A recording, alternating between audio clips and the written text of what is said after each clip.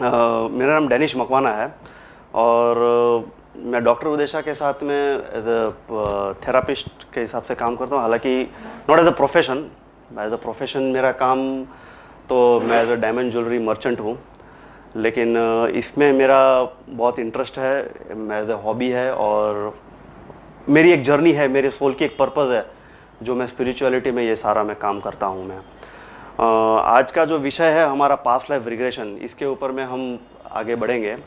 उसके पहले मैं चाहता हूँ कि हम 5 मिनट के लिए एक मेडिटेशन कर लें, ठीक रहेगा वो? हाँ,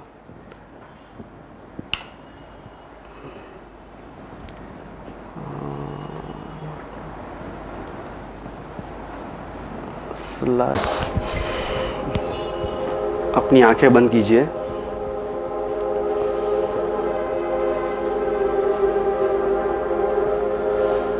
लंबी और गहरी सांसें लीजिए।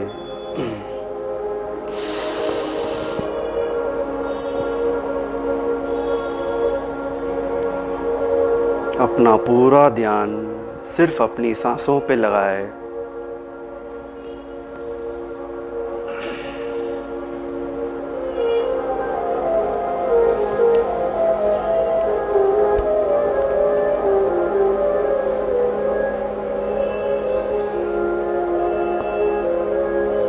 अपने पूरे शरीर को बिल्कुल ढीला छोड़ दीजिए।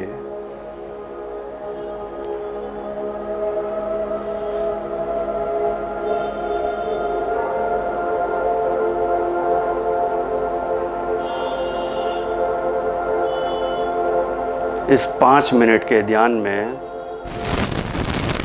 आप मन को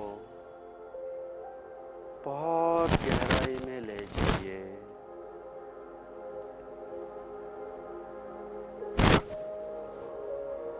कुदरत के साथ जुड़ना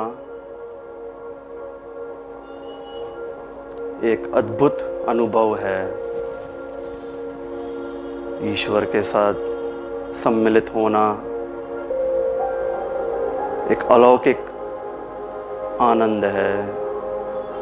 बाहर की दुनिया में हम इसे नहीं पाएंगे। हम सिर्फ हमारे भीतर ही पा सकते हैं।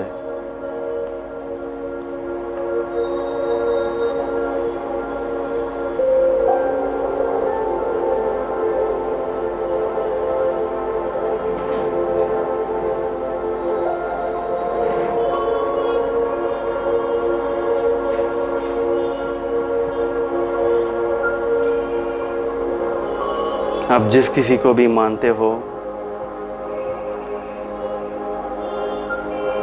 आप उनसे प्रार्थना कर सकते हैं कि आज जो कुछ भी आप सुनेंगे वो सुन के आपके जीवन में एक बदलाव आए और एक नई जर्नी स्टार्ट हो।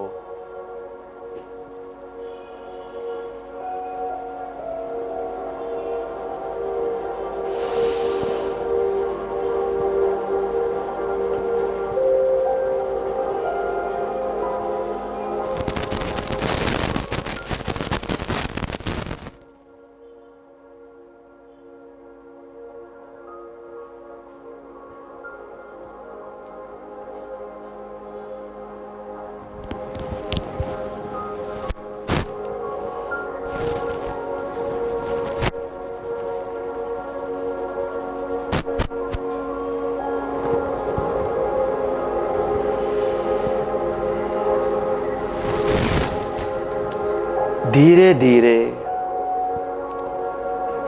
आप बिल्कुल नॉर्मल अवस्था में फिर से वापस आ जाइए।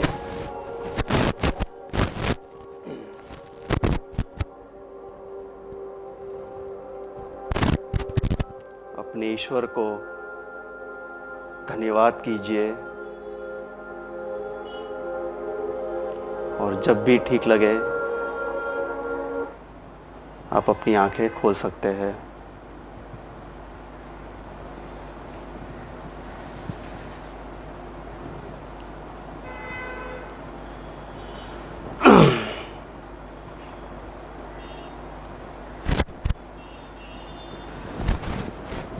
सो पास्ट लाइफ रिग्रेशन बहुत ही इंटरेस्टिंग सब्जेक्ट है ये पास्ट लाइफ रिग्रेशन। हम इसमें आगे बढ़े उसके पहले मैं आप लोगों से कुछ सवाल पूछना चाहूँगा कि पास्ट लाइफ रिग्रेशन क्या है? पास्ट लाइफ रिग्रेशन का मतलब क्या है? अगर आपको थोड़ा बहुत जो कुछ भी आइडिया हो। पास्ट लाइफ रिग्रेशन मतलब क्या है? You have to relive that previous life. सही, very good. You have I mean in whatever profession, so reliving that, exactly. बहुत बहुत बढ़िया कहा आपने। पास्ट लाइफ रिग्रेशन का मतलब होता है, हिंदी में अगर मैं आपको समझाऊँ तो पूर्व जन्म का प्रत्यागमन। मीन्स हम अपने पास्ट लाइफ में जा कर के वहाँ पर में जो भी कर्म हमने किए, एक्शन हमने किए हैं, उसका आज हम रिजल्ट ले रहे हैं, बराबर। उसका आज हम पे कर रहे हैं, या इन सेंस या हम फ्रूट्स बेयर कर रहे हैं। तो पता चलेगा वो? हाँ, बताता हूँ मैं आपको। तो पास्ट लाइफ में जा कर के हम देखते हैं वहाँ पर में कि भाई एक realisation, basically it's a process of self realisation. जो भी हम सेल्फ रियलाइज करते हैं ना, वहाँ से हमारी अपलिफ्टमेंट की शुरुआत हो जाती है। जिस किसी के बारे में जो कुछ भी सब्जेक्ट हो, चाहे गलत हो सही हो, जो कुछ भी हुआ हो, अगर सेल्फ रियलाइजेशन होता है वहाँ पर में हमारी शुरुआत हो जाती है आगे बढ़ने की, हमारी सोल अपलिफ्ट हो जाती है। अभी हम आगे बढ़ते हैं। आपके जो कुछ भी क्वेश्चन है एक बार आपके पास होल्ड कीजिएगा, क्योंकि इस जर्नी में आपको वो सब कुछ जानने को मिलेगा। जो भी मैंने आज यहाँ पर मैं आपको समझाने वाला हूँ ना, वो सारा कुछ आपको इसमें आपके शायद मेजर सवाल के जवाब आपको मिल जाएंगे। ये मेरी पूरी कोशिश रहेगी। हेलो। तो सबसे पहले ये सवाल हमारे मन में आता है कि भाई हमने जन्म क्यों लिया? What is the purpose of my life? Why I took birth? Why are few moments good, few bad? Why my relations with few good, few bad? आप समझे? Why people don't understand me? Why my financial condition is fluctuating? Why I am not getting married? Why I am not getting child? Why I couldn't get good husband, wife, child, parents, house, etc. etc. etc. तो ये सारे जो सवाल हैं ना, आज की तारीख में हम जो जीवन जी रहे हैं, तो इसमें ये सारे सवाल जब हम जिम्मेदारी की स्टेज पे हम पहुंचते हैं ना, तो यहाँ पर में जब हम फेल होते हैं, जब सब कुछ अच्छा चलता है, तब तक तो ये सारे सवाल नहीं आते हैं। लेकिन जैसे ही हम कहीं ना कहीं हम रुकावट आती है हमारी लाइफ में, कहीं ना कहीं अगर हम अटकते हैं, तो तुरंत एक सवाल आना स्टार्ट हो जाता है। सही है? क्या होता है ना कि हमारी एक फितरत है कि हमारे साथ जो कुछ भी भला बुरा होता है ना, हम दूसरों के ऊपर में डालते हैं उसे। हम ये नहीं सोचते कि भाई शायद इसमें हमारी भी कहीं ना कहीं गलती होगी। एक बार तो हम सोचने की तकलीफ नहीं उठाते, लेकिन वेरी इंस्टेंस हम क्या करते हैं, जैसे ही कुछ हुआ हम तुरंत फौरन रिएक्ट कर देते हैं। हम दूसरों के ऊपर डाल देते हैं, या फिर परिस्थिति के ऊपर में हम डाल देते हैं, या फिर हम ये भी ऐसा सोच के कि भाई ऊपर वाले की ये मर्जी होगी या मेरी किस्मत में होगा। किस्मत में होगा मानता हूँ, तभी तो वो फेस करने को मिल रहा है, लेकिन किस्मत क्या है वो भी हम समझेंगे इसके ऊपर में। आप समझे? किस्मत और कुछ नहीं है, जो हमने पहले किया है, जो कर्म हमने पहले किए हैं ना, उसी का ही नतीजा है, उसी का ही रिजल्ट है वो, चाहे वो पुण्य कर्म हो या फिर पाप कर्म हो। समझे? तो बेसिकली जब ये सवाल हमारे मन में आता है कि ये क्यों हो रहा है हमारे साथ में, तो यहाँ पर मैं अगर बार बार इस सवाल अगर आपको ये सवाल सताया जाता है, तो समझ लेना यहाँ से आपकी एक जर्नी स्टार्ट हो रही है, एक सेल्फ रियलाइजेशन की। क्योंकि कहीं ना कहीं आपके जीवन में ऐसा कोई गुरु आने वाला या ऐसी कोई शिक्षा आने वाली है जो आपको एक एहसास देगा कि ये भी पास्ट लाइफ में आपने क्या किया था जिसके कारण आपको ये फेस करने को मिल रहा है। आप समझे? क्योंकि जब हम थकते हैं ना, जब हम फ्रस्ट्रेट नहीं होते ना, तब तक तो हमारे पास में वो चीज़ आती भी नहीं है। आगे बढ़ते हैं। तो सबसे पहले शुरुआत हम सोल इवोल्यूशन से करेंगे। एक जब सृष्टि का निर्माण हुआ था, इस सृष्टि का जब कब निर्माण हुआ तो मुझे भी मालूम नहीं है, शायद किसी को भी मालूम नहीं होगा, लेकिन जब सृष्टि का निर्माण हुआ था तो एक खोज के आधार पे हमने ये पूरा रेडी किया है। तो सबसे पहले हम मिनरल किंगडम में आए थे। जैसे कि पंच तत्व, ये पूरी सृष्टि आप जानते हो कि पंच महाभूतों से ये सृष्टि का निर्माण हुआ है। पंच महाभूत, earth element, water element, fire element, air element और इथर एलिमेंट, बराबर है। ये पंच महाभूतों से ये मिनरल किंगडम स्टार्ट हुआ। यानी कि जब पृथ्वी की निर्माण हुई थी, सृष्टि का सोलर सिस्टम था, यूनिवर्स जो था, तो पेड़ थे, सॉरी पहाड़ थे, क्रिस्टल्स थे, वो सब थे, जल था, वायु था, अग्नि थी, सूर्य प्रकाश था, तो पहले मिनरल किंगडम था। हालांकि सृष्टि का एक नियम भी है कि कंटिन्यूसली एक इवोल्यूशन होना चाहिए, क्योंकि कभी भी टाइम कभी रुकता नहीं है किसी के लिए, तो हमेशा सृष्टि जो होती है वो इवॉल्व होता रहता है। फिर धीरे धीरे कुछ सालों के बाद या फिर कुछ जन्मों के बाद, कुछ पीरियड के बाद, अगर हम ऐसा कह सके, उसी में से फिर प्लांट किंगडम में हम लोग आए। हम लोग पहले मिनरल किंगडम में थे, फिर वहाँ से हम लोग प्लांट किंगडम में शिफ्ट हुए, बराबर है। तो हम में से आज इस पृथ्वी पे जितने भी मनुष्य है और जो भी प्राणियां हैं, जो भी पशु है, वो सब पहले इस लाइफ में बिलोंग करते थे, इस किंगडम में बिलोंग करते थे। तो प्लांट किंगडम में हम जितने भी आप प्लांट्स देखते हो, तो हम में से हम सब लोगों ने वो लाइफ जी है प्लांट किंगडम की। फिर वापस evolution continuous, it's a continuous process, evolution चलते रहता था। उसमें से फिर हम लोग एनिमल किंगडम में शिफ्ट हुए, सीखते गए, तो एनिमल किंगडम में हम लोग शिफ्ट हुए। जैसे ही हम एनिमल किंगडम में आए, वहाँ पर में हमारे अलग अलग प्रवृत्तियाँ स्टार्ट हुई, अलग अलग प्रवृत्तियाँ। जैसे कि आपने देखो, जितने भी आप एनिमल्स देखो, तो एक एनिमल के अलग अलग जो होता है मिक्सचर, अलग अलग एनिमल से अलग अलग एनिमल भी जन्मे। हाथी हो गए, गाय हो गई, अब समझे, बफेलो हो गया, वाइल्ड एनिमल्स ले लो, डोमेस्टिक एनिमल्स ले लो, जितने भी है।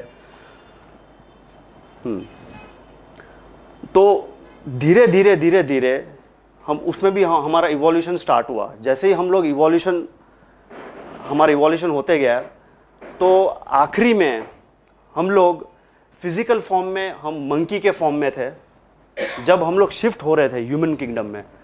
और जो हमारी जो चेतना जो थी ना, वो गाय के रूप में थी। इसलिए अगर आप जितने भी एनिमल्स हैं, अगर उनको देखा जाए, तो एनिमल्स को अगर हम देखो, समग्र एनिमल्स में से जो गाय जो है सबसे पवित्र माना जाता है, सबसे डोमेस्टिक है, सबसे करुणा है उनमें, सबसे ज़्यादा करुणा उनमें है।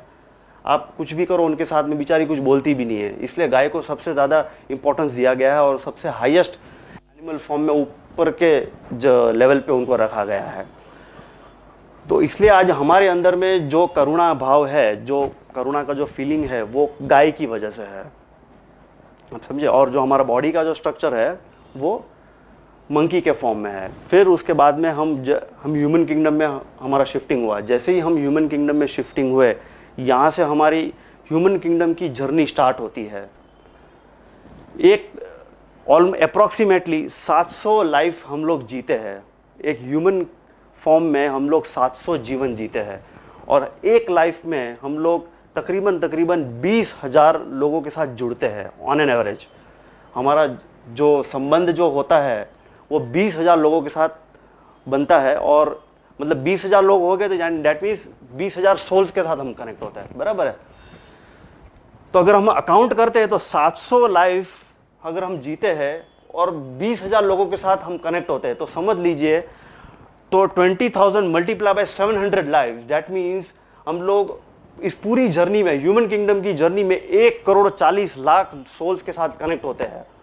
1,40,00,000 लोगों के साथ जब हम कनेक्ट होते हैं, तो उसके सामने उतने मल्टीपल कर्मास क्रिएट हो रहे हैं। हम आगे समझते हैं कि भी ये मल्टीपल कर्मास कितनी तादाद में है। हालांकि इसका कोई कैलकुलेशन नहीं है, इसका एक कैलकुलेशन है, क्योंकि जब गौतम बुद्ध ने जब निर्वाण हासिल किया था, जब वो एनलाइटन हुए थे, तब उन्होंने अपनी 650 लाइफ देखी थी, और ये प्रूवन है। उन्होंने अपनी जो डिसाइपल्स जो थे, उनके अपने जो फॉलोअर्स थे, उनको भी उन्होंने ये टेक्निक सिखाई थी कि पास्ट लाइफ रिग्रेशन करके आप खुद अपने आप को पहले इवॉल्व करें, अपने पूरे पुनर्जन्म को जा करके देखे। तो वहाँ से पता चला कि भाई 700 जीवन हम जीते हैं ह्यूमन किंगडम में, और इतने सारे हम मल्टीपल कर्मास करते हैं। और कर्मास कितने करते हैं मालूम है? 1,40,00,000 लोगों के साथ जब हम जुड़ते हैं, तो वो पहाड़ों के पहाड़ क्रिएट होते हैं कर्मा के। सोच लीजिए, पहाड़ों के पहाड़। ठीक है, क्लियर है इस बात? थोड़ा आगे बढ़े अब यहाँ से। नेक्स्ट, हाँ, ये मैंने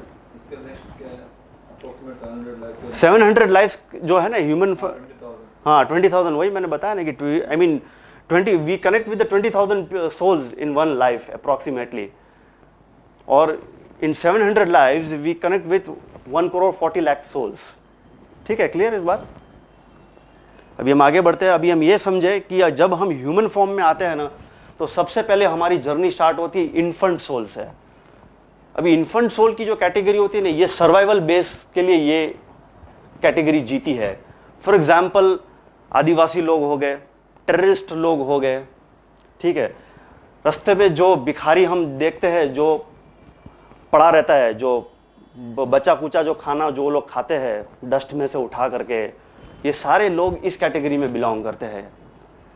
इवन लेबर कम्युनिटी के लोग भी इस जो होते हैं, जो हमाली लोग जो होते हैं, उनको कुछ अक्ल नहीं होती, इनको उन बेचारे को बिल्कुल समझ नहीं आती है कि हम लोग क्या काम कर रहे हैं। आई मीन दे आर बस जस्ट उनकी जो ज़िंदगी की जो शैली जो होती है ना, वो सर्वाइवल बेस के लिए ही होती है।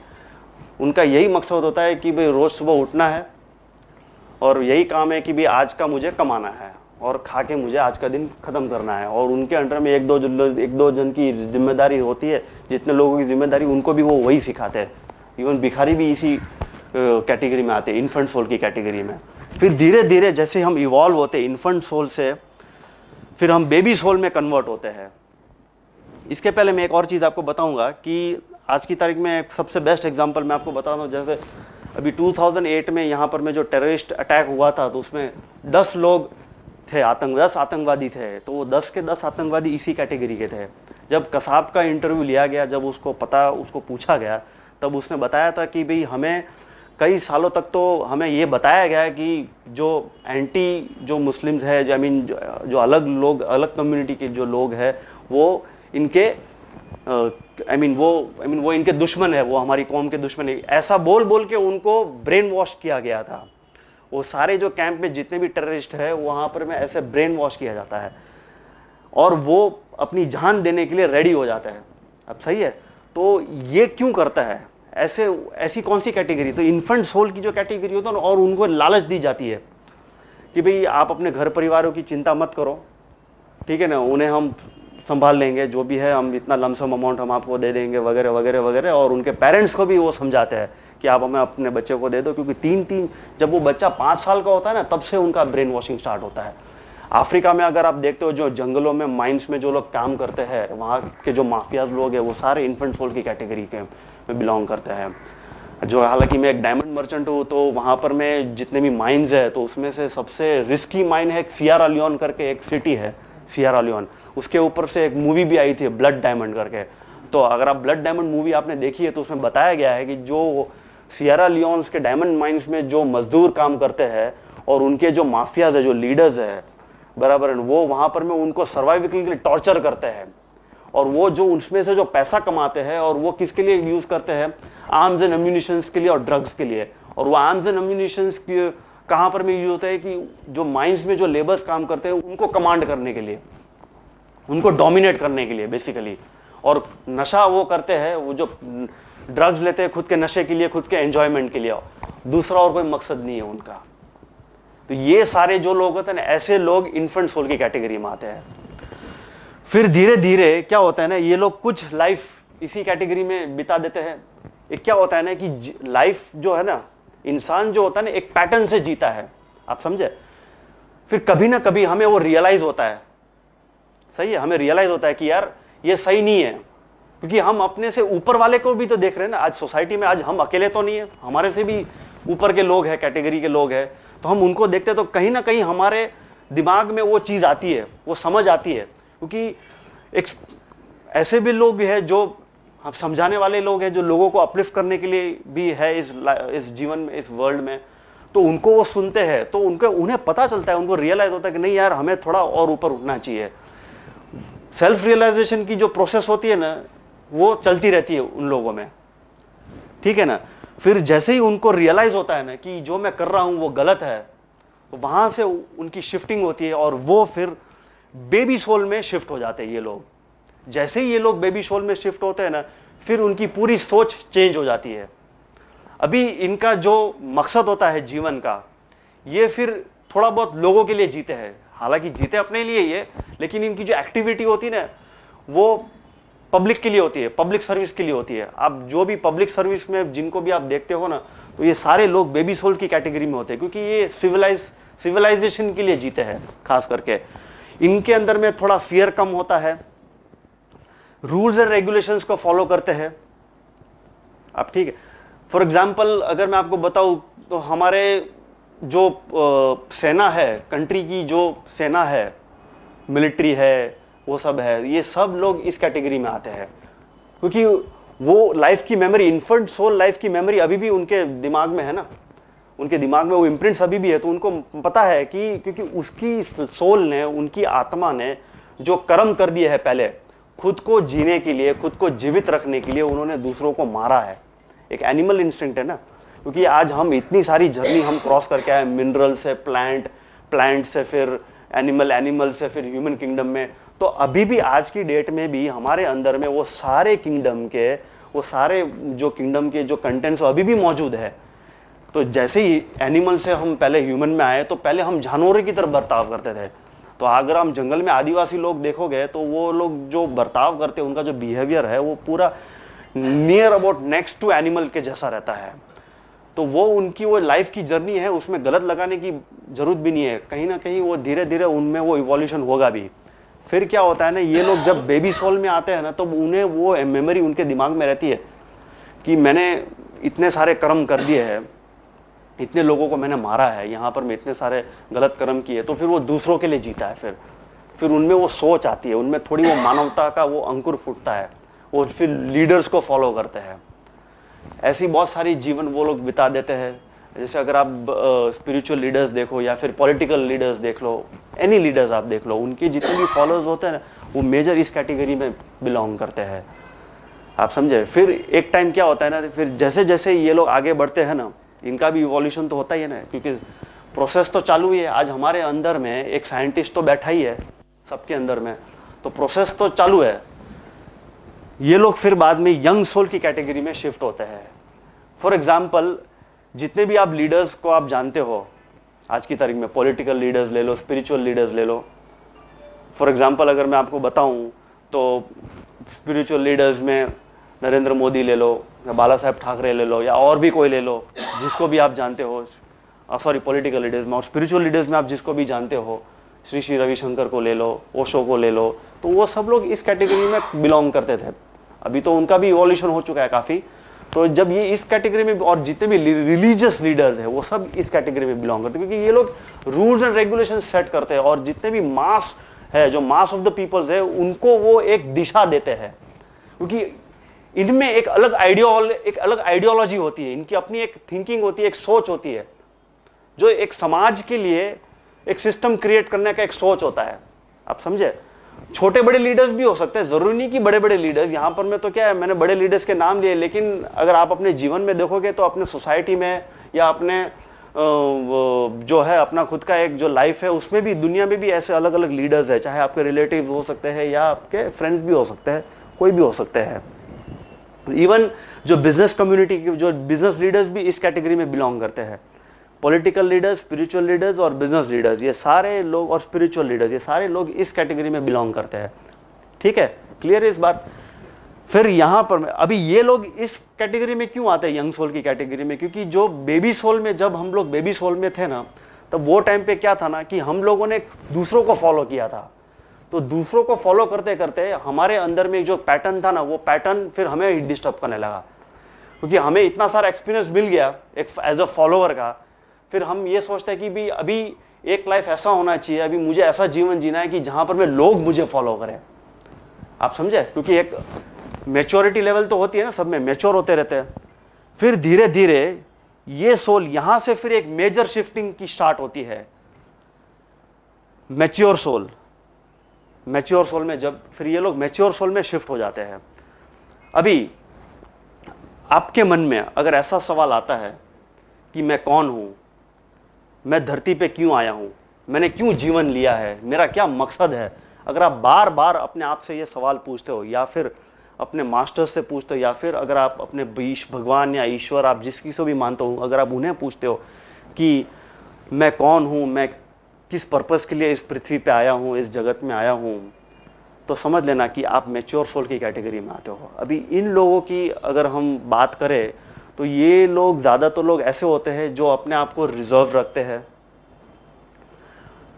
उनको भीड़ भाड़ पसंद नहीं होती है, अकेलापन ज़्यादा पसंद होता है उनको, अपने आप में रहते हैं, सीखते रहते हैं, अलग अलग जगह से नॉलेज लेते रहते हैं, अलग अलग संस्था में जाते हैं, ऑर्गेनाइजेशन में जाते हैं, अलग अलग टीचर्स के पास जाते हैं। यही सवाल के पीछे, इस सवाल को जानने के लिए भी उसी के चक्कर में मंदिरों में जाते रहते हैं। गौतम बुद्ध के जितने भी डिसाइपल्स हैं सब इस कैटेगरी में हैं। अगर आप भी किसी को मानते हो, किसी को भी फॉलो करते हो, समझ लेना कि आप इस कैटेगरी में आते हो। ये खुद अपनी इनको इनमें एक रुचि होती है कि भी एक लाइफ के बारे में जानने के लिए कि लाइफ असल में है क्या, जीवन है क्या। मटेरियल वर्ल्ड से ऊपर की श्रेणी आ जाती है, आप समझे, अबाउट द मटेरियल वर्ल्ड, जहां पर मैं उनको मटेरियल वर्ल्ड से एक बार जो सुख उनका अगर पता चले कि अभी मुझे मटेरियल वर्ल्ड से कोई सुख नहीं मिल रहा है, फिर बाद में ये लोग इस कैटेगरी में आ जाते हैं। फिर धीरे धीरे इनका शिफ्टिंग होता है ओल्ड सोल में। ये लोग ज़्यादातर होते हैं ना मैच्योर सोल की कैटेगरी के लोग, मेडिटेशंस बहुत करते हैं, पूजा प्रार्थना बहुत करते हैं, भक्ति मार्गी बहुत होते हैं, ध्यान मार्गी बहुत होते हैं। फिर कुछ जीवन जीने के बाद ये लोग ओल्ड सोल्स की कैटेगरी में आते हैं। अभी ओल्ड सोल की कैटेगरी अभी यहाँ पर में देखा जाए तो जितने भी आप स्पिरिचुअल हीलर्स को आप जानते हो, रेकी मास्टर्स हो गए, बराबर है, बड़े बड़े सिंगर्स हो गए। सिंगर्स मीन्स मैं उन सिंगरों की बात नहीं कर रहा हूँ जो रैप गाने गाते हैं, जो लोग स्पिरिचुअल गाने गाते हैं। फॉर एग्जांपल लता मंगेशकर जी हो गए, उस कैटेगरी वालों की बात कर रहा हूँ मैं। सुरेश वाडकर जी हो गए, उस कैटेगरी के जितने भी जो ना, जिनके गानों में भी एक शिफ्टिंग मौजूद है, एक करुणा मौजूद है, एक स्पिरिचुअलिज्म का हमें एक एहसास होता है, एक शांति का अनुभव होता है। आप समझ रहे हो मेरी बात? तो मैं उन म्यूजिशियंस की बात कर रहा हूँ। तो वो लोग सारे इस कैटेगरी में आते हैं कि उनकी उनकी प्रेजेंस में वो जहाँ कर जिस किसी के पास भी जाते हैं, जिनको भी वो लोग नॉलेज देते हैं, जो शिक्षा, जो टीचर्स हो गए, बड़े बड़े टीचर्स हो गए, वो सब लोग इस कैटेगरी में बिलोंग करते हैं कि उनको कुछ लोग फॉलो करते हैं, उनसे शिक्षा लेते हैं। कुदरत और इंसानियत, कुदरत और इंसान, बराबर है, आकाश और धरती के बीच की जो कहानी है, जो ज्ञान है, जो हमारे भीतर जाने का जो ज्ञान है, वो सारा ज्ञान ये लोग देते हैं। फिर ये लोग जब इवॉल्व होते हैं तब ये लोग ट्रांसेंडेंटल सोल में शिफ्ट हो जाते हैं। अभी ट्रांसेंडेंटल सोल को अगर हम समझे तो महात्मा गांधी जी जो है, फिर नेल्सन मंडेला, स्वामी विवेकानंद जी, अन्य और भी जितने भी लोग हैं जिसको भी आप जानते हो, ये सब लोग इस कैटेगरी में बिलोंग करते हैं, ट्रांसेंडेंटल सोल की कैटेगरी। अभी ये लोग क्या करते हैं, इनका कार्य क्या होता है, ये लोग 100% दूसरों के लिए जीते हैं। इनका अपने लिए, इनका अपने जीवन के लिए कोई इंटरेस्ट नहीं होता है। इनका जन्म होता ही है दूसरों के लिए। बाबा रामदेव जी ले लो आप, ईशा फाउंडेशन के सदगुरु जी ले लो आप, दूसरों के लिए जीते हैं। ये लोग ऐसी सिस्टम डेवलप करते हैं कि उनकी प्रेजेंस मात्र से मास लोगों का शिफ्टिंग हो जाता है। वहां पर मैं इन लोगों को पर्सनली जाकर के एक एक को पकड़ पकड़ के समझाना नहीं पड़ता है। ये लोग क्या बड़ी सभा रखते हैं, बराबर है, वो सभा में जितने भी लोग मौजूद होते हैं ना, उनको खाली सुनने के लिए ये लोग तत्पर होते हैं। पब्लिक पूरी जो होती है ना, सुनने के लिए तत्पर होती है। उनको सुनने मात्र से उनमें वो बदलाव आ जाता है, वो एक शिफ्टिंग होता है, एक अपलिफ्ट होते हैं वो लोग। इनका कार्य, इनका जो काम होता है ना, पूरा इसी के बेस पे हो रहा है। और ये लोग एनलाइटेंड होते हैं। फिर जैसे ही ये लोग शिफ्ट होते हैं, इवॉल्व होते हैं, फिर ये सोल इन्फिनाइट सोल में शिफ्ट हो जाती है, जिसे हम देवता मानते हैं, ईश्वर मानते हैं, भगवान मानते हैं, अल्लाह मानते हैं, गॉड मानते हैं। ये लोग फिर इन्फिनाइट सोल में आ जाते हैं, डिवाइन सोल जिसको हम कहते हैं। फॉर एग्जांपल साईं बाबा हो गए, बराबर है। फिर यहाँ पर मैं अलग अलग मैंने लोगों के मैंने चित्र रखे हैं, मैंने गणेश जी हो गए, शिव जी हो गए। तो ये लोग जो होते हैं ना, इनकी जो कृष्णा हो गए, बुद्धा हो गए, इनकी एक कॉन्शियसनेस होती है। ये लोग धरती पे नहीं होते, आते हैं कुछ सालों के बाद चले जाते हैं, लेकिन ये लोग एक कॉन्शियसनेस छोड़ के जाते हैं कि खाली उनका नाम याद करने मात्र से हम में वो शिफ्टिंग आ जाता है। आप समझे? उनको खाली अगर जैसे बोलते हैं ना कि कृष्णा का नाम लो, उनके नाम की माला जपो, या साईं बाबा के पास जाओ, उनके नाम की माला जपो, तो आपका प्रॉब्लम है सॉल्व हो जाएगा, आपके सारे दुख वो लोग हर लेंगे। बस यही है, उनकी कॉन्शियसनेस हम में आ जाती है। कोई भी भक्त अगर इनको याद करते हैं ना, तो क्या होता है ना कि वो अपनी कॉन्शियसनेस उनमें जाकर के वो प्रेजेंट कर देता है। तो ये एक जर्नी है सोल की, आप समझे। अभी यहां से अभी स्टार्ट करेंगे हम एक्चुअली कि ये जर्नी आगे बढ़ती कैसे है। अभी जैसे कि इस धरती के ऊपर में, यहां पर में इस सृष्टि में एक नियम दिया गया है। जितने भी ऑर्गेनाइजेशंस है ये सारा एक नियम के आधार पे ही चलता है, बराबर है। गवर्नमेंट लॉ भी ले लो या बिजनेस ऑर्गेनाइजेशन ले लो, एनी अदर इंस्टीट्यूशंस आप ले लो, तो वो सारा जो भी है वो सारा एक लॉ के आधार के ऊपर चलता है। तो जैसे ये सब बॉडीज की जो लॉज है, तो ठीक उसी तरह एक यूनिवर्स का भी अपना एक लॉ है, और वो है law of karma. In the same way the whole universe is governed by the law of karma, and the most fundamental principle of this law is as you sow so shall you reap. जो हम बोएंगे वो हम पाएंगे। इस सिद्धांत को याद रखना बहुत जरूरी है, क्योंकि पास्ट लाइफ रिग्रेशन पूरा इसी के ऊपर में आधार करता है। The dynamics of karma help us to keep learning and processing through the action done by us in each lifetime. इसका मतलब ये हुआ कि जो भी कर्मा हम करते हैं वो हमें भुगतने के लिए नहीं है। वो अगर आज हम ये बोलते हैं कि ये तो मैं भुगत रहा हूँ, तो ये हमारी एक रॉन्ग टर्मिनोलॉजी है। बेसिकली ये हम भुगतते नहीं है, हमें कुछ ना कुछ सिखाती है। जो भी कर्मा हम करते हैं ना, वो एक लेसन है, और जो हम सीख और जो भी कर्म और जो भी हम हमारे पास वापस री पे आता है, जो भी हमने कर्मा किया और उसका जो फल हमें मिलता है ना, वो एक लेसन के आधार में मिलता है, ताकि वो लेसन से हम कुछ सीखें और हम आगे बढ़े, हम अपनी आत्मा की जर्नी को आगे बढ़ाएं। इसका कहने का मतलब ये होता है। फिर Karma makes us understand cause and effect of our action. Karma हमें ये सिखाता है कि जो हम काम करते हैं तो उसका इफेक्ट हमें क्या मिलता है, ये सिखाता है, ये कर्मा हमें सिखाता है। Understanding karma is a major step in our spiritual evolution. अगर स्पिरिचुअली में आगे बढ़ना है, अगर हमें हमारी चेतना को अगर आगे बढ़ाना है, तो कर्म के सिद्धांत को समझना बहुत ज़रूरी है। और कर्मा बहुत बड़ा रोल प्ले करता है हमारी आत्मा को, हमारी चेतना को मोक्ष के मार्ग की तरफ आगे ले जाने में। Karma is very impersonal and it applies to everyone. ये कानून सबके लिए एक समान है। यहाँ पर में किसी का नहीं चलता है। अगर हम ऐसा सोचते हैं कि भाई चलो, अगर हम मंदिर में जाकर के हम अपने भगवान को ऐसा बोले कि भाई मैं 10 नारियल फोड़ूंगा या मैं इतना दान दक्षिणा करूंगा, तो भाई तू मुझे इसमें जो मैंने काम कर दिए मेरे बुरे कर्मों की, भाई तू मुझे माफ कर दे, तो it's not going to happen, it's not possible. ये होने नहीं वाला है, क्योंकि खुद भगवान को, खुद कृष्ण को, खुद राम को वनवास में जाना पड़ा था, कृष्ण को भी फेस करना पड़ा था, कर्म के सिद्धांत के हिसाब से चलना पड़ा था। क्योंकि जिन लोगों ने जब सृष्टि का निर्माण हुआ था, क्योंकि वो भी फिजिकल फॉर्म में आए थे ना, आज कृष्णा भी जो थे, राम भी जो थे, वो भी फिजिकल फॉर्म में आए थे ना, तो उनको भी अपने आप को अपलिफ्ट करने के लिए इन नियमों को पालन करना पड़ा था। आप समझे मेरी बात। इस जर्नी में अगर आपको आगे बढ़ना है, अगर मुक्ति चाहिए, अगर आप ऐसा सोचते हो कि मैं थक गया हूँ, मैं फ्रस्ट्रेट हो गया हूँ, मैं परेशान हो गया हूँ अपनी ज़िंदगी से, बार बार ऐसा क्यों हो रहा है, तो इस सिद्धांत को आपको समझने की बहुत ज़रूरत है। लॉ ऑफ कर्मा यहाँ पर मैं आपको बहुत बड़ा ज्ञान देता है, एक सेल्फ रियलाइजेशन का। आइए आगे बढ़ते हैं हम। अभी लॉ ऑफ कर्मा के अलग अलग फीचर्स है।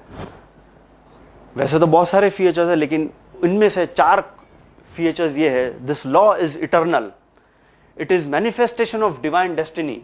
जैसे कि मैंने आपको पहले समझाया कि ये जो लॉ है तब से इन्वेंट हुआ है, जब से सृष्टि का निर्माण हुआ है, तब से ये लॉ चला आ रहा है, ठीक है। This law is universal, it is applicable to every kingdom, it is applicable to every kingdom. जितने भी किंगडम हमने क्रॉस किए हैं, mineral kingdom, plant kingdom, animal kingdom, और आज की तारीख में जो ह्यूमन किंगडम में हम हैं, ये सब किंगडम में ये लॉ एप्लीकेबल करता है। अगर वो जानवर है तो उसके लिए भी ये लॉ लागू पड़ता है, तब जाकर कि वो शिफ्ट हुए हैं, आप समझे, तब जाकर कि वो ह्यूमन फॉर्म में आए हैं, वरना वो ह्यूमन फॉर्म में नहीं आते थे। फिर this law is applicable in all the time, in all the yugas. जितने भी युग हुए हैं, और आज का भी जो युग है, जो कलयुग हम बोलते हैं इसको, सतयुग में भी ये लॉ काम करता था, द्वापर युग में भी ये काम करता था, त्रेता युग में भी ये काम करता था, और आज के कलयुग में भी ये लॉ काम कर रहा है। फिर this law is totally perfect. ये जो कानून है 100% सबके लिए परफेक्ट है।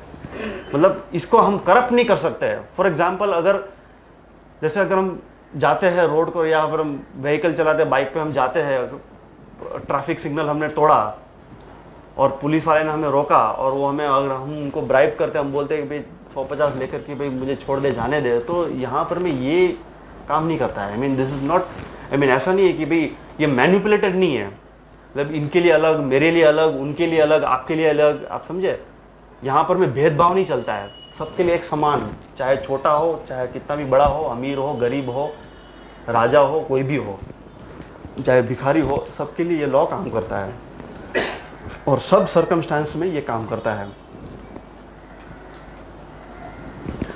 अभी हम ये समझते हैं कि what is Karma. Basically Karma है क्या? बर्थ से लेकर डेथ तक हम जितना भी काम करते हैं, सुबह से लेकर शाम तक, ये सोना, उठना, बाथरूम जाना, ब्रश करना, नाश्ता करना, खाना, पानी पीना, दूध पीना, आप समझे, बोलना, सुनना, ऑफिस जाना, जितना भी काम, बोलना, और सब सुन भी रहे हो, जो मैं बोल रहा हूँ ये भी एक कर्म है, और आप सुन रहे हो वो भी एक कर्म कर रहे हो। ध्यान करना, काम नहीं करना भी एक कर्म है। ऐसा नहीं है कि चलो कुछ काम नहीं कर रहे, बैठे अपने रूम में बैठे, घर पे बैठे कुछ काम नहीं कर रहे, तो वो भी एक कर्म है, वो भी एक कर्म क्रिएट कर रहे हो, क्योंकि उसमें आलस्य आ गया है।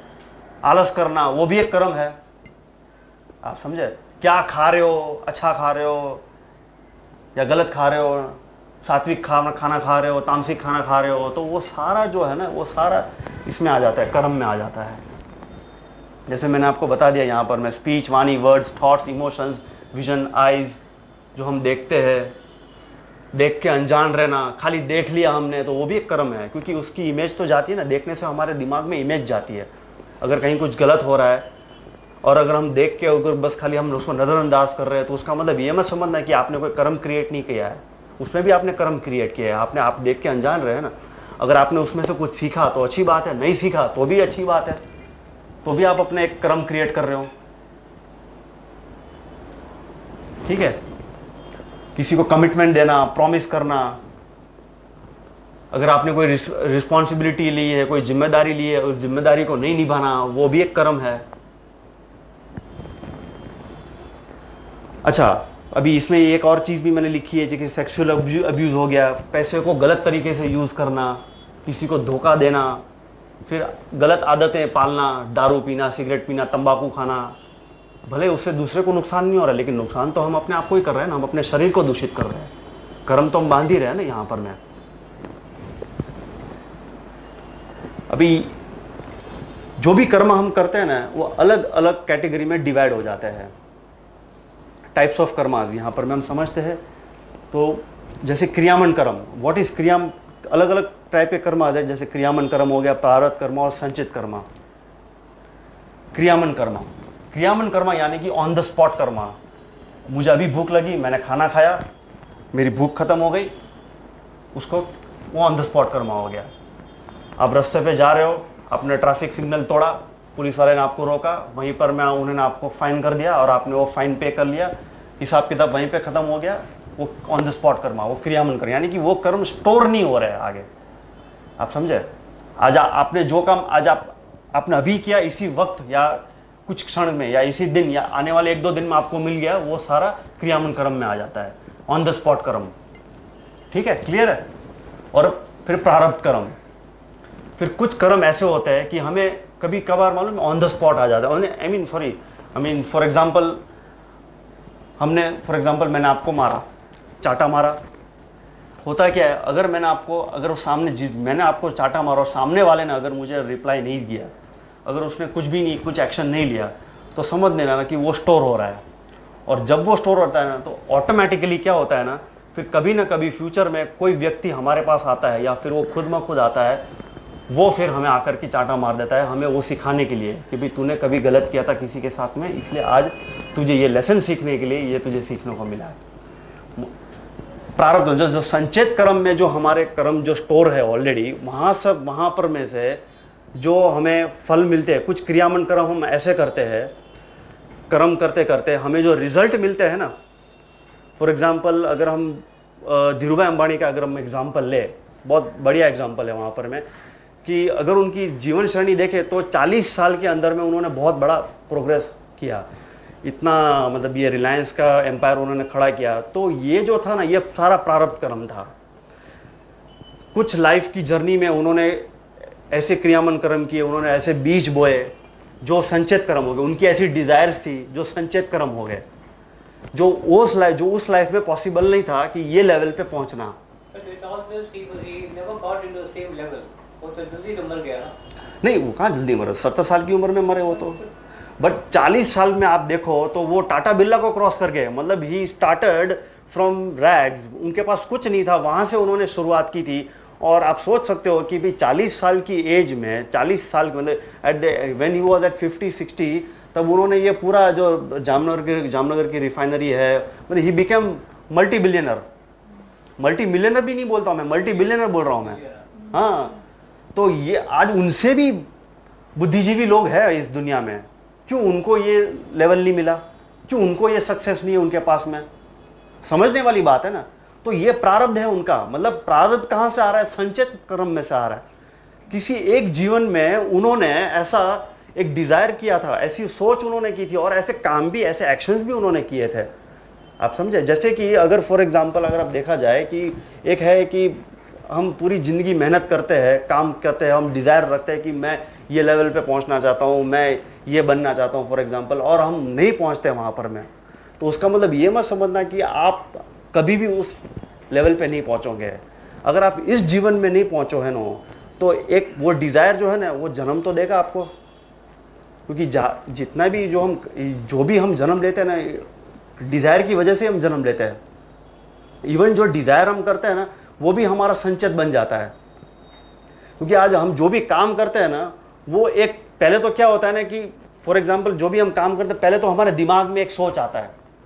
अगर आपको भूख लगती है तो वो कैसे आपको पता चलता है? एक विचार के माध्यम से पता चलता है ना कि भी भूख लगी है, प्यास लगी है, तो एक थॉट प्रकट हो रहा है ना कि भी मुझे प्यास लगी है।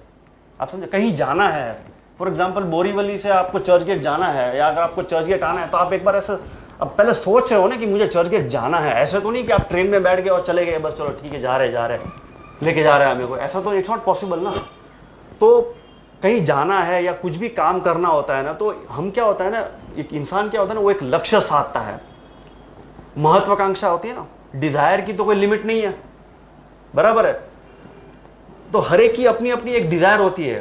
तो ठीक धीरूभाई अंबानी ने उन्होंने एक डिजायर कुछ ऐसी रखी थी कि मुझे एक लेवल पे ऐसे पहुंचना है जहां पर मैं खुद मटेरियली, फाइनेंशियली अपलिफ्ट होऊं, और मेरे अंडर में इतने सारे लोग हो कि जिनका घर बार चले, उनकी भी फाइनेंशियल कंडीशन इंप्रूव हो। आप समझे? तो वो भी एक बहुत बड़ी डिजायर है। वो लेवल पे पहुंचने के लिए भी एक यूनिवर्सल डिजायर लगती है, वरना आप वो लेवल पे नहीं पहुंच सकते हो। धीरूभाई अंबानी क्या, कोई भी और ले लो ना, बिल गेट्स को ले लो, वॉरेन बफेट को ले लो, आप फेसबुक के सीईओ को ले लो, मार्क्स जकरबर्ग को आप ले लो, किसी को भी ले लो, तो उनमें वो सोच थी, एक ऐसी डिजायर थी कि मैं खुद एक फाइनेंशियली इतना अपलिफ्ट हो जाऊं कि मैं दूसरों को भी मैं फाइनेंशियली अपलिफ्ट कर पाऊं। बेसिक वही सोच होती है उनकी। वो भी बेसिक दूसरों के लिए ही जीते हैं, तब जाकर के उनको इतनी समृद्धि मिलती है। वहां पर में उनकी एक वो पर्सनल डिजायर नहीं होती है, क्योंकि रिचनेस में भी एक अलग अलग रिचनेस एक कैटेगरी होती है। कुछ रिच लोग ऐसे होते हैं कि जो खाली अपनी फैमिली के लिए ही सोचते हैं, अपनी फैमिली के बारे में ही सोचते हैं, बहुत समृद्ध होते हैं, लेकिन उनकी वो डिजायर नहीं होती कि नहीं, बस एक थोड़ा सेल्फिश होता है, वो लोग थोड़े सेल्फिश होते हैं। ये नहीं सोचते कि मैं आपको भी आगे बढ़ाऊं या आपको भी आगे बढ़ाऊं, मेरे अंडर में दूसरों, बस ठीक है मैं इनको पगार दे रहा हूं, ओके फिनिश, दैट्स ऑल। वैसे लोग नॉलेज भी नहीं देते कि भाई ये लेवल पे पहुंचने के लिए आपको ये सब जो फिलॉसफी है और ये जो लॉज है आप फॉलो करो। तो कहीं ना कहीं उन लोगों ने, जैसे ये जो मल्टी मिलियनर्स है, जो बड़े बड़े लीडर्स है, बिजनेस लीडर्स है, उन लोगों ने ऐसी सोच रखी थी, और तब जाकर के उनको वो एनर्जी प्राप्त हुई। आप समझे? ठीक है, ये क्लियर हो गया ये कंसेप्ट? अभी यहाँ पर हमने एक हमने एक रिसर्च किया हुआ है ऑरा बेस के ऊपर में कि जो भी हम कर्म करते हैं ना तो उसका इफेक्ट क्या होता है। अगर हम सात्विक खाना खाते हैं, हेल्दी वेजिटेबल्स, तो हेल्दी वेजिटेबल्स का हमने ऑरा निकाला है। जैसे कि ये इसका एक ओरिजिनल फोटो है, तो उसका ऑरा आप देखो तो यहाँ ग्रीन कलर है, गोल्डन येलो कलर है, वायलेट कलर है, पिंक कलर है। ग्रीन कलर है वो कंपैशन का है, पिंक कलर जो है वो प्रेम का है, और गोल्डन येलो कलर है वो भी एक स्पिरिचुअलिटी का कलर है। सारे रेनबो के कलर्स आप देखोगे यहाँ पर में, तो ये सात्विक कर्म हो गया। एक सात्विक कर्म का मैंने एक फ़ोटो लिया है, उसका हमने ये ऑरा फोटोग्राफी की है, जो एक एनर्जी पता चलती है। अगर हम जो सात्विक कर्म करते हैं ना तो हम कैसी एनर्जी एमिट करते हैं, ठीक है। फिर अगर हम मेहनत से या अच्छे इंटेंशन से, अच्छे भाव से पैसे कमाते हैं तो उसका हमने ऑरा निकाला है, ये आप देख सकते हो। और यहाँ पर मैं हज़ार की नोट्स मैंने रखी हुई है, तो उसका भी हमने ऑरा निकाला हुआ है। मतलब ये एक ईमानदारी से, एक लॉयल्टी से हम जो पैसे कमाते हैं, बराबर है, चाहे वो पगार हो या फिर बिजनेस में प्रॉफिट क्यों ना हो, बराबर है, तो उसका ऑरा ऐसा आता है, ठीक है। फिर अगर हम नेगेटिव कर्म करते हैं, यानी कि तामसी कर्म, तो उसका कैसा प्रभाव पड़ता है, हम कैसी एनर्जी एमिट करते हैं, हम कैसी एनर्जी ट्रांसमिट करते हैं लोगों में। यहाँ पर हमने उसका एक रिसर्च बताया है। अगर कोई करप्शन करता है, ठीक है, या अगर कोई करप्शन से पैसा कमा रहा है, तो उसकी एनर्जी आप देख सकते हो, टोटल डार्क एनर्जी। उसका ऑरा आप देखिए, एकदम red, grey, dark green, dark yellow, dark blue, ये सारे नेगेटिव एनर्जीज के साइंस है। जंक फूड का आप देखो, यानी कि और ये जो एनर्जी जो है ये कभी टिकती भी नहीं है। अगर आप सात्विक कर्म से पैसे कमाते हो या सात्विक कोई भी कर्म करते हो ना, तो उसका जो एनर्जी हम एमिट, जो हम बाहर हम जो सृष्टि में हम जो एमिट करते हैं ना, तो उसका प्रभाव अलग ही होता है। तो वो हमें सामने सात्विक रिजल्ट ही देता है, वो हमारे अपलिफ्टमेंट के लिए काम आता है। और ये इस तरीके से अगर हम पैसे कमाते हैं करप्शन से या फिर गलत नीति से, गलत इंटेंशन से, तो ऐसे पैसे टिकते भी नहीं हैं। ड्रिंक्स में, अल्कोहल में, गलत आदतों में चले जाते हैं, या फिर कोई हमारे पास में आकर के हमें चीट करके चला जाता है, फिर कोई हमारे साथ में करप्शन करता है, तो समझे, कोई हमारे साथ में गलत तरीके से व्यवहार करता है, गलत बोल के पैसा ले जाता है, दवाइयों में चली जाती है पैसे, ऐसा होता है। जंक फूड खाते हैं, इससे आपको तकलीफ नहीं हो रही है, मैं खाता हूँ आपको तकलीफ नहीं हो रही, लेकिन मैं अपने शरीर को तो दूषित कर रहा हूँ ना, तो अपने शरीर के कर्म को भी मैं खराब कर रहा हूँ ना। आज ईश्वर ने अगर मुझे शरीर दिया है, तो शरीर क्यों दिया है? एक शरीर ही एक माध्यम है जिससे कि हमें इवोल्यूशन मिलता है। तो जंक फूड खाने से ये एनर्जी क्रिएट होती है, डार्क एनर्जी, नेगेटिव एनर्जी। ये बर्गर का हमने ऑरा निकाला है। यहाँ पर में जो पर्सन है, मतलब काफ़ी एडिक्टेड थे बर्गर के, आप देख सकते हो कैसी उसकी एनर्जी आई है वहाँ पर में, पूरी डार्क एनर्जी। फिर धीरे धीरे वो एनर्जी फिर हमारे शरीर में बीमारी का रूप लेती है। बीमारी ऐसे ही नहीं आती है, उसकी जर्नी बहुत पहले से स्टार्ट होती है। पहले तो विचार से स्टार्ट होती है। जैसे एक विचार हमने क्रिएट किया, फिर हमारे अंदर में वो एक केमिकल रिएक्शन स्टार्ट हो जाता है, फिर धीरे धीरे हम उसे फिजिकल फॉर्म में लाते हैं। फिर जैसे ही फिजिकल फॉर्म में आता है ना, फिर हमारे एक बर्गर में भी ग्रीन वेजिटेबल है, तो उसकी तो आएगा ना, आप समझे नहीं, क्योंकि ये पूरा का पूरा एक साथ है ना, आप समझे। भले उसके अंदर में ग्रीन वेजिटेबल का पार्ट उतना ही है, लेकिन बाकी का अगर आप देखो जो फिलेट है और उसका ऑरा तो अच्छा आना चाहिए। नहीं आएगा ना उसका, इट्स नॉट पॉसिबल। ये साइंटिफिक प्रूवन है, कहाँ उसका ऑरा है। कहने का मतलब ये है कि अगर आप ये बर्गर में जाएगा उसके दूसरे के साथ में, तो कंबाइंड इफेक्ट में भी may not be good. This is the combined only. अगर आप ग्रीन वेजिटेबल को अकेला रखते हो, मैंने जैसे यहाँ पर मैं आपको बताया,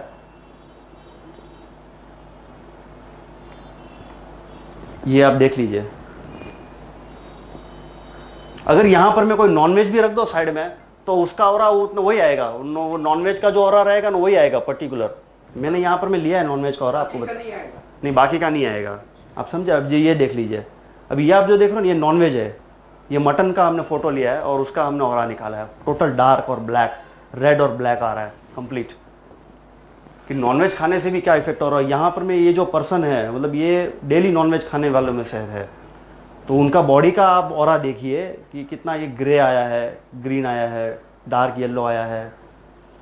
ग्रे मीन्स डिजीज की निशानी। ठीक, जो बर्गर है वेजिटेबल है और ऊपर ब्रेड है, ब्रेड है हाँ, तो कौन सा नेगेटिव है? तो नेगेटिव ये फिलेट, ये ब्रेड भी नेगेटिव है। मैदा है ना, मैदा थोड़ी अब इजी है, मतलब maida is not good for the digestion है बेसिकली, इजी वे में डाइजेस्ट नहीं हो रहा है। आप आटा खाओ, आप गेहूं खाओ, गेहूं को आप मालूम है आप उसको बॉईल करके खाओ, डैट इज ओके, वो तब तक तो ठीक है। जितना आप उसमें प्रोसेस करोगे ना उतना वो अमालगेमेटेड होता जाएगा, आप समझे? नेचुरली है ना, वो भी नेचुरल है। नहीं नेचुरल है, जब तक वो मैदे में कन्वर्ट नहीं होता है ना तब तक तो वो ठीक है, क्योंकि उसके अंदर में हम लोग प्रोसेस कर डालते हैं। ज़्यादा प्रोसेस करने से मैं इसलिए मालूम है, पहले के ज़माने में क्या होता, अगर आप जैनिज़्म फूड को अगर देखा जाए तो उनके अंदर में प्रोसेस किए हुए फूड कम वो लोग खाते हैं। पहले के ज़माने में क्या होता ना कि भी लोग मालूम है फल फ्रूट और जितना हो सके मालूम है कम पका के वो लोग खाते थे, बॉयल फूड ज़्यादातर खाते हैं, उबला हुआ खाना खाते हैं वो लोग, तो ज़्यादा मसालेदार नहीं होता था। इसके अंदर में तो कितना प्रोसेस किया हुआ है, कितना तो मसाला ऐड कर दिया है इसके अंदर में। ये फिलेट ऐसे थोड़ी बनती है, कितने तो मसाले उसके अंदर में एडिक्टिव्स डाले जाते हैं उसके अंदर में, अलग अलग अलग फ्लेवर्स मसाले, ये वो सब चीज़ है, मेयोनीज है, तब जा करके तो इसका फॉर्मेशन हुआ है ना, आप समझ। अगर आप पाव भाजी का भी ऑरा निकालोगे तो पाव भाजी उसके अंदर में जो हम डालते हैं, जितने भी हम जो वेजिटेबल्स हम डालते हैं, अगर उसको हम सेपरेटली अगर खाएं तो कोई प्रॉब्लम नहीं, अल्टीमेटली वो भी मिक्स हो रहा है, लेकिन वहाँ पर में हम उसको प्रोसेस कर डालते हैं, हम उसको मैनिपुलेट कर रहे हैं उस वेजिटेबल को काट के, ये सब मसाला डाल के वो सब करके। नोट है ना, अभी नोट का आपने ऑरा निकाला है, ये नोट और एक दूसरा एक नोट है जो पता है, पॉजिटिव और एक नेगेटिव, ये कैसा निकाला आपने? मतलब ये हमारे पास में एक टेक्नोलॉजी है। ठीक है, ये तो वो तो ऑरा का फोटोग्राफी। हाँ बराबर। हाँ एक नोट जो है ये आपने क्या है, मतलब गैम्बलिंग डेन से लेके आया है? नहीं, गैम्बलिंग डेन से नहीं लेके आया। ये क्या हुआ, मतलब जैसे ही मतलब एक हमारे यहाँ पर में क्या था, हमारे ये जो रिसर्च जिन्होंने रिसर्च किया उन्होंने क्या किया, जिसने ये जो ऐसे करप्शन करके उनके अंडर में ऐसे पुलिस ऑफिसर्स भी है, आप समझे, दो जैसे उन्होंने वैसे जो ब्राइब करके जो पैसा उनके पास आया था ना, तो उन्होंने बोले मुझे ये पैसा मुझे दो, मुझे खाली इसके ऊपर रिसर्च करना है, ठीक है, तो वो रिसर्च किया है। लेकिन मैं यहाँ पर मैं खाली करप्शन की बात नहीं कर रहा हूँ, यहाँ पर मैं और भी चीज़ें काम कर रही है। अगर आप किसी ऑर्गेनाइजेशन में काम करते हो, फॉर एग्जांपल मालूम है, आप सेल्समैन हो या फिर आपके हाथ में अगर काउंटर जो कैश काउंटर है, अगर उसमें आप कुछ गफलत करते हो, वहाँ से अगर आप कुछ बेनिफिट लेते हो ना, किसी के नॉलेज में नहीं है, आपके अपने पर्सनल बेनिफिट में, तो उनका ऑरा भी ऐसा ही आएगा।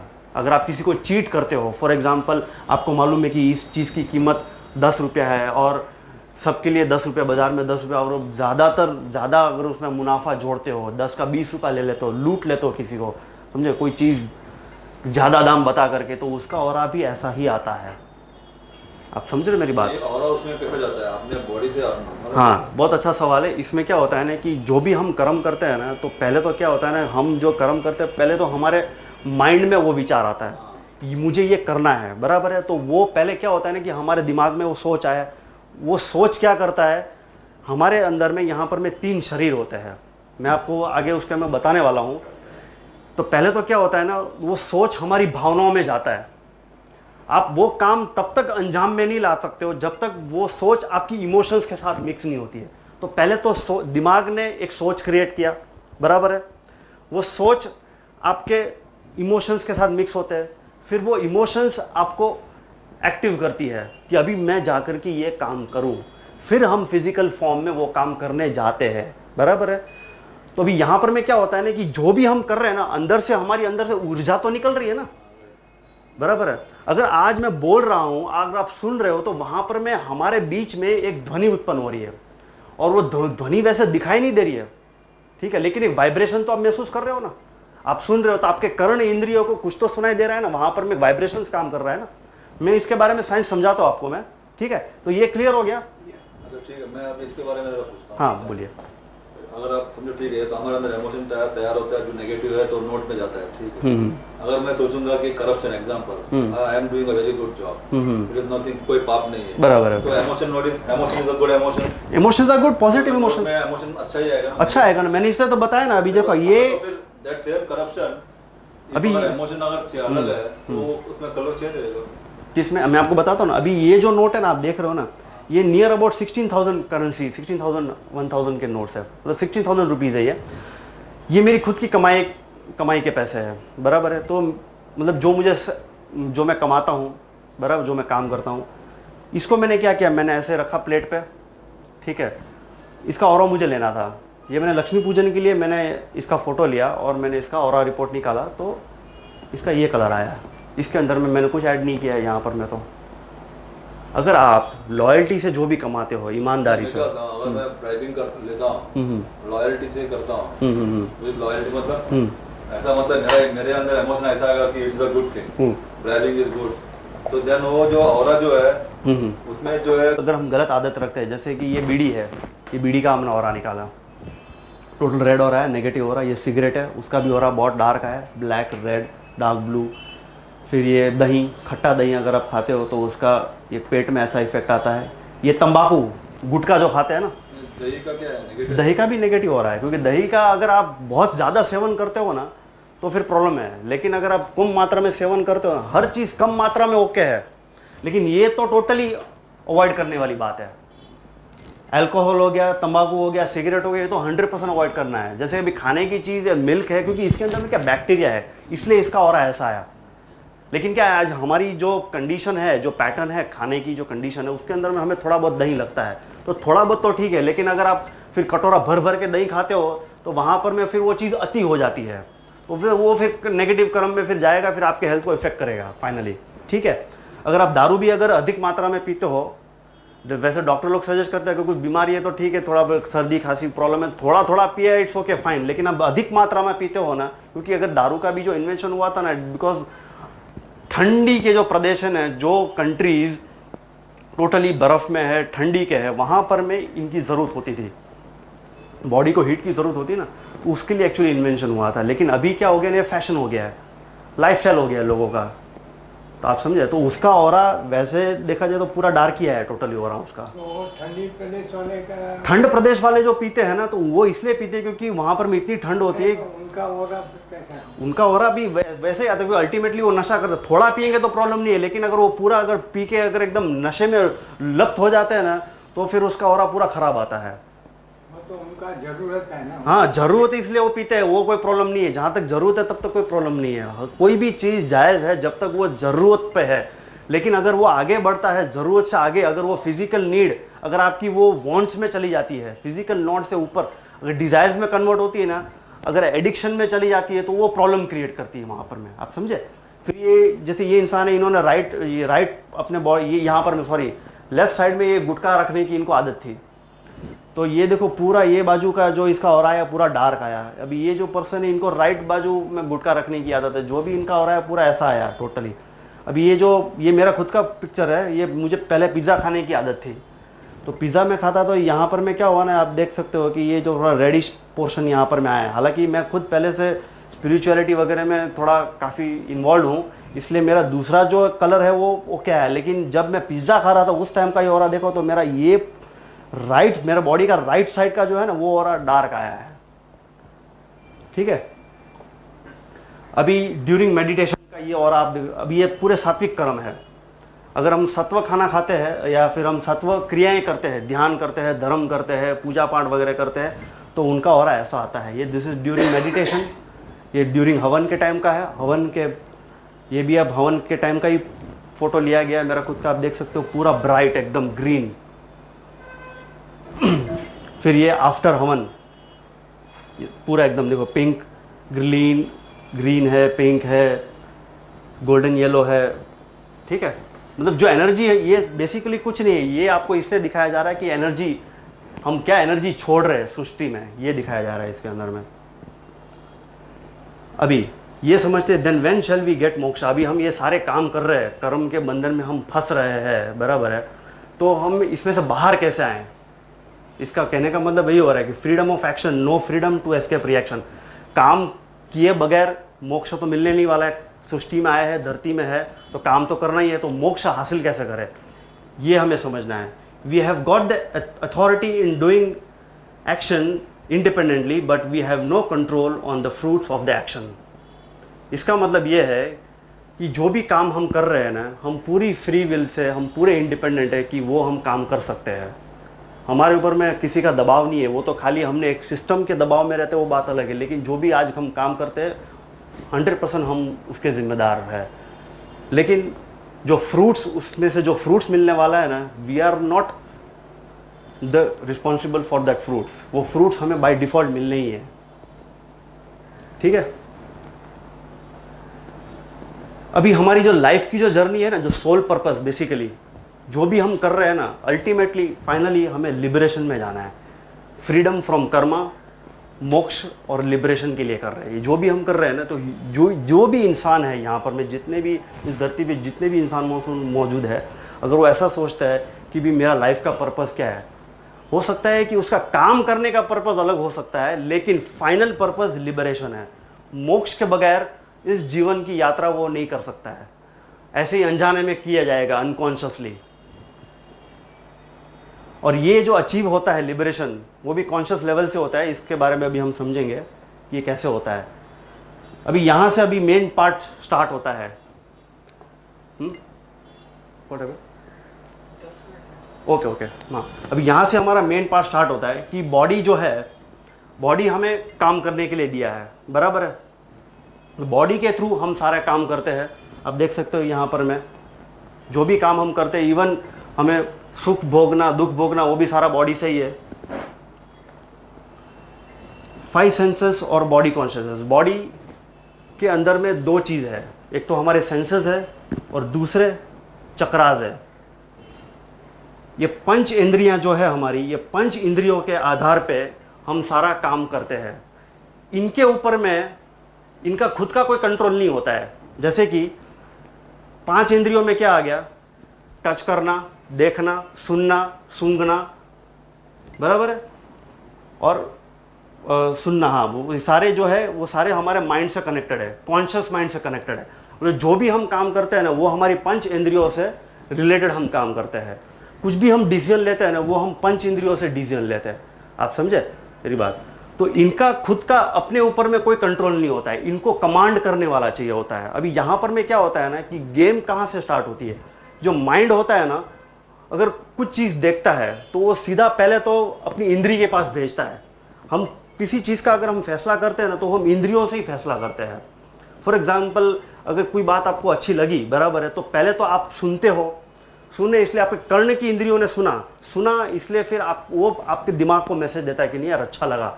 आपकी कर्ण की इंद्री को, ईगो को, वो उसको बढ़ावा देता है, अच्छा लगा, कोई अच्छा जोक सुना या कुछ भी आपने सुना, तो वो जो होता है ना, फिर हम उसके आधार पे हम डिसीजन लेते हैं। तो वहाँ पर में क्या होता है ना, ये जो कर्म जो हो जाता है ना, वो अनकॉन्शियसली होता है। ये टोटली बॉडी कॉन्शियसनेस से ये सारा कर्म हम क्रिएट करते हैं।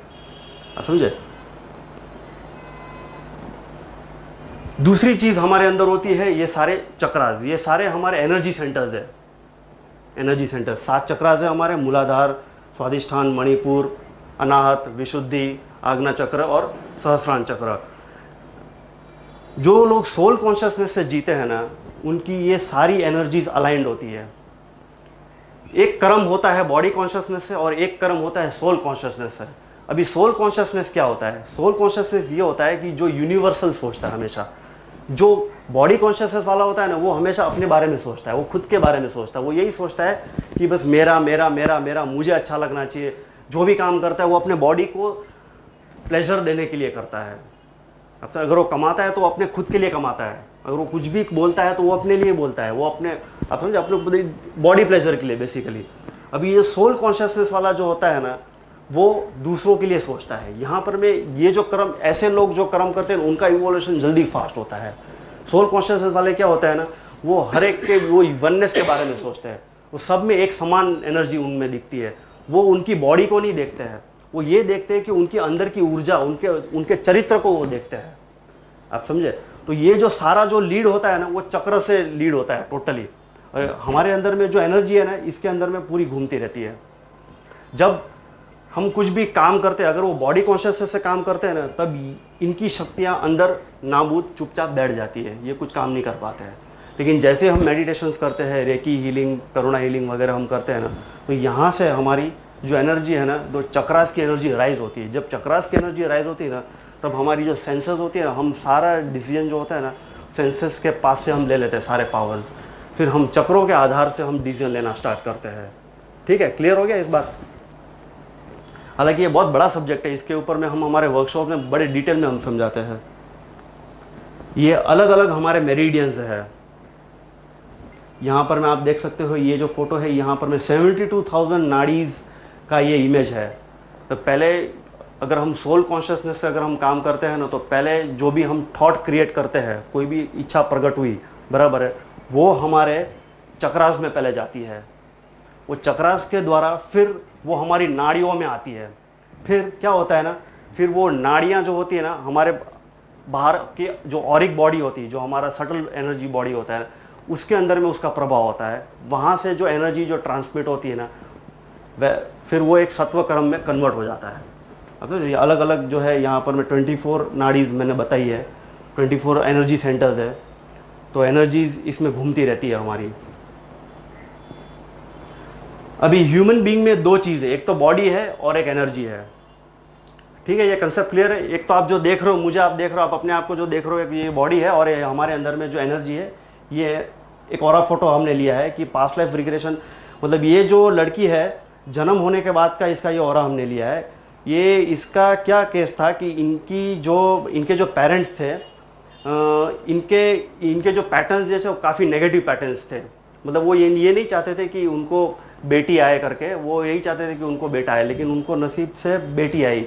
जब इनके पेरेंट्स का जब हमने पास्ट लाइफ रिग्रेशन किया तो पता चला कि वो इसलिए अवॉइड करते थे कि ये पास्ट लाइफ में उन्होंने एक टेररिस्ट को जन्म दिया था, वही पेरेंट्स ने, आप समझे। और ये लड़की वो टेररिस्ट थी जो इस लाइफ में आई वापस वही सबक सिखाने के लिए, और ये हैंडीकैप पैदा हुई थी, जो कि वो टेररिस्ट थी, उन्होंने बहुत लोगों को नुकसान पहुंचाया था। उस वजह से ये she was born as an handicap, mentally retarded लड़की थी।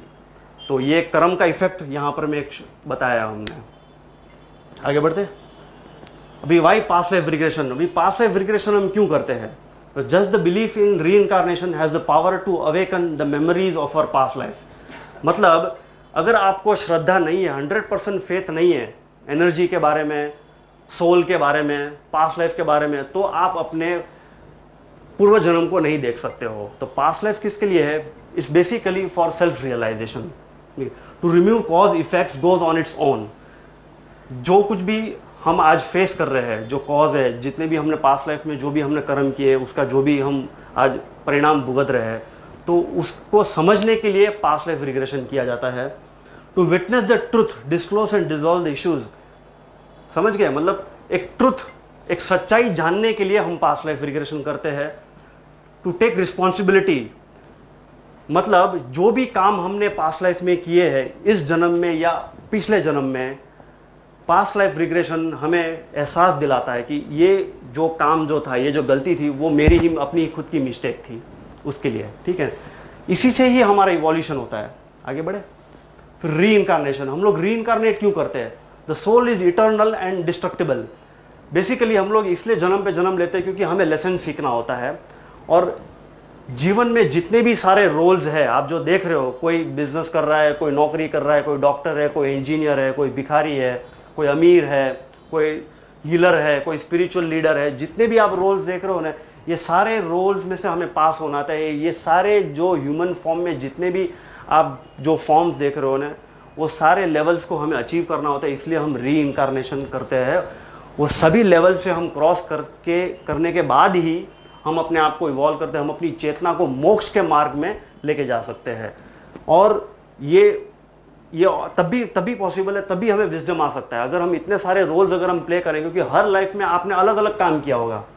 फॉर एग्जांपल, अगर आप इस लाइफ में डॉक्टर हो तो हो सकता है अगले लाइफ में आप कुछ बिजनेसमैन भी हो सकते हो। तो आपकी इच्छा तो होती है ना कि भाई मुझे यार एक इससे तो अच्छा है कि मैं डॉक्टर की लाइफ जीऊँ। ठीक है, हो गया दूसरा जन्म, फिर वो डॉक्टर की लाइफ में जन्म लेता है, फिर वो डॉक्टर की ज़िंदगी बिताता है। फिर वो सोचता है नहीं यार, इससे तो अच्छा तो था यार मैं नौकरी करूँ ना, वो कॉर्पोरेट कंपनी में, वो सबसे बेस्ट है। आप समझे? मैं कोई मस्त अच्छा वो सीईओ क्या कंपनी का कोई मैनेजर, जनरल मैनेजर बन जाओ, बैंक का जनरल मैनेजर बन जाओ, तो फिर उसका वो लाइफ फिर उसमें चला जाता है। बेसिकली हमें लेसन जो हमारे अनलर्नड लेसन होते हैं, लेसन सीखने के लिए हम जन्म लेते हैं। और रीइंकार्नेशन सबसे बड़ा रीज़न ये है कि जो पास्ट कार्मिक इश्यूज जो है, जितने भी हमने पास्ट लाइफ में जितने भी हमने कर्म खड़े किए हैं, वो सब इश्यूज को सॉल्व करने के लिए, हील करने के लिए हम जन्म लेते हैं। फाइन। कृष्ण ने जैसे बताया है कि शरीर कुछ नहीं है, शरीर एक खाली एक मात्र है, एक साधन है, जैसे कि एक कपड़े के जैसा ही है। जो भी है वो हमारे भीतर एक सोल है, एक एनर्जी है, वही है जो सारा काम कर रहा है इसके पीछे। तो अर्जुन जब थक हार के, जब वो पहले फ्रस्ट्रेट हो गया तो बोला कि मैं युद्ध नहीं करूंगा, तब उसने अर्जुन को क्या सिखाया था? यही सिखाया था कि भाई तू इन सब को तू एक ऑब्जेक्ट के जरिए देख रहा है, तू ये अपने रिलेटिव तू एक फिजिकल फॉर्म में उनको देख रहा है, तू ये समझ रहा है कि वही है जो लोग हैं, लेकिन एक्चुअली वो लोग पहले से थे, आज भी है और आगे भी रहेंगे। हम भी पहले थे, आज है, आगे भी रहेंगे। ये खाली शरीर चेंज होता रहता है, आत्माएं चेंज नहीं होती कभी, आत्मा हमेशा अमर है। कृष्ण ने ये मैसेज छोड़ा था। और हम जन्म इसलिए लेते हैं, जो मैंने आपको बताया, कि पास्ट लाइफ इश्यूज को सॉल्व करने के लिए। फाइन। पतंजलि महर्षि ने प्रतिप्रसव के बारे में समझाया है। उन्होंने अपने पतंजलि योग सूत्र अगर आप पढ़ोगे तो वहाँ पर प्रतिप्रसव के बारे में बहुत डेप्थ में उन्होंने बताया, यानी कि पूर्व जन्म का प्रत्यागमन करना, यानी कि गो टू द कॉज, जहाँ से उस फसाद की शुरुआत हुई थी, जो इश्यू है, चाहे वो सही है या वो गलत है, वो कॉज की तरफ जाना, उस जीवन में जाना कि कहाँ से उसकी शुरुआत हुई थी, उस बीज की तरफ, वहाँ पर में जाकर के उसको हील करना। अब समझे? फिर बुद्धा ने भी अपने डिसाइपल्स को और दुनिया को ये मैसेज दिया था। बुद्धा ने खुद ने 650 जिंदगी जी थी, उन्होंने अपनी 650 लाइफ जी थी। और उन्होंने जब वो 7 साल मेडिटेशन में बैठे थे तब तो उन्हें पता नहीं चला, लेकिन जैसे ही उन्होंने मेडिटेशन छोड़ा और एक दिन उनको पूरा अपने 650 लाइफ पूरे उनको वो नज़र आने लगे, और तब उन्हें पता चला कि भी एक लाइफ में उन्होंने अच्छे कर्म किए, एक लाइफ में उन्होंने बुरे कर्म किए, एक बिजनेसमैन भी रहे, मतलब हर वो सारे रोल्स उन्होंने वो प्ले किए। जाति स्मरण का जो कहते हैं ना, पास्ट लाइफ। फिर उन्होंने अपने डिसाइपल्स को भी इसके बारे में ट्रेनिंग दी पास्ट लाइफ के ऊपर में। महावीर बुद्ध के टाइम के ही थे। महावीर ने जाति स्मरण का प्रचार किया था। अगर आपको स्पिरिचुअली इवॉल्व होना है, अगर आपको मोक्ष के मार्ग में आगे बढ़ना है, अगर आपको मोक्ष प्राप्त करना है, तो जाति स्मरण अनिवार्य है। जाति स्मरण के बगैर आप आगे नहीं बढ़ सकते हो, आप अपनी चेतना को ऊपर नहीं उठा सकते हो। जाति स्मरण वही पास्ट लाइफ रिग्रेशन, खुद को जानना, सेल्फ रियलाइजेशन। जाति स्मरण मीन सेल्फ रियलाइजेशन। आज के युग में साईं बाबा ने ये मैसेज छोड़ा है, जो हमारा मिशन है, साई करुणा मिशन, हम इन्हीं के आधार पे हम फॉलो करते हैं। जब साईं बाबा थे वो खुद करुणा हीलिंग करते थे लोगों को। उनके पास में कोई भी जाता था, कोई भी दुखियारा, तो कोई भी इच्छा लेके जाता था, तो वो आपने कभी नोटिस किया होगा कि वहाँ पर में वो अग्नि लगाते थे, वो अग्नि के पास ही बैठा करते थे ज़्यादातर टाइम अपना। और वो उनके हाथ में जो वो रहता था वो लकड़ी से घुमा करके वो किसी को कुछ मंत्र से या फिर कुछ सिंबल्स ड्रॉ करके वो कुछ करते थे। एनर्जी एक जो एमिट करते थे वो यही था कि कुछ नहीं, वो करुणा सोल हीलिंग, डीएनए हीलिंग करते थे। क्योंकि उनको भी मालूम था कि भाई जो कुछ भी इंसान आज फेस कर रहा है वो अपने पास्ट लाइफ के कर्मा की वजह से ही फेस कर रहा है। तो हमारा ये जो टोटली जो हमारा जो मिशन है, साई करुणा मिशन, हम इसी को लेकर के हम आगे बढ़ रहे हैं। और करुणा कर्मा सोल डीएनए हीलिंग जो इसका हमारा मेन सब्जेक्ट यही है कि पास्ट लाइफ रिग्रेशन अगर हम करते हैं तो मेन बेसिकली जितने भी हमारे कर्माज है, पास्ट लाइफ कर्माज, हम करुणा कर्मा सोल हीलिंग के द्वारा ही उनको हम हील करते हैं। और आज की तारीख में रिसर्च, हमारा जो रिसर्च है वो ये प्रूफ भी किया है कि करुणा कर्मा सोल हीलिंग से काफ़ी सारे कर्माज हील होते हैं और काफ़ी रैपिड एक्शंस में। ठीक है, थैंक यू। करुणा ये जो लास्ट में जो है, जो है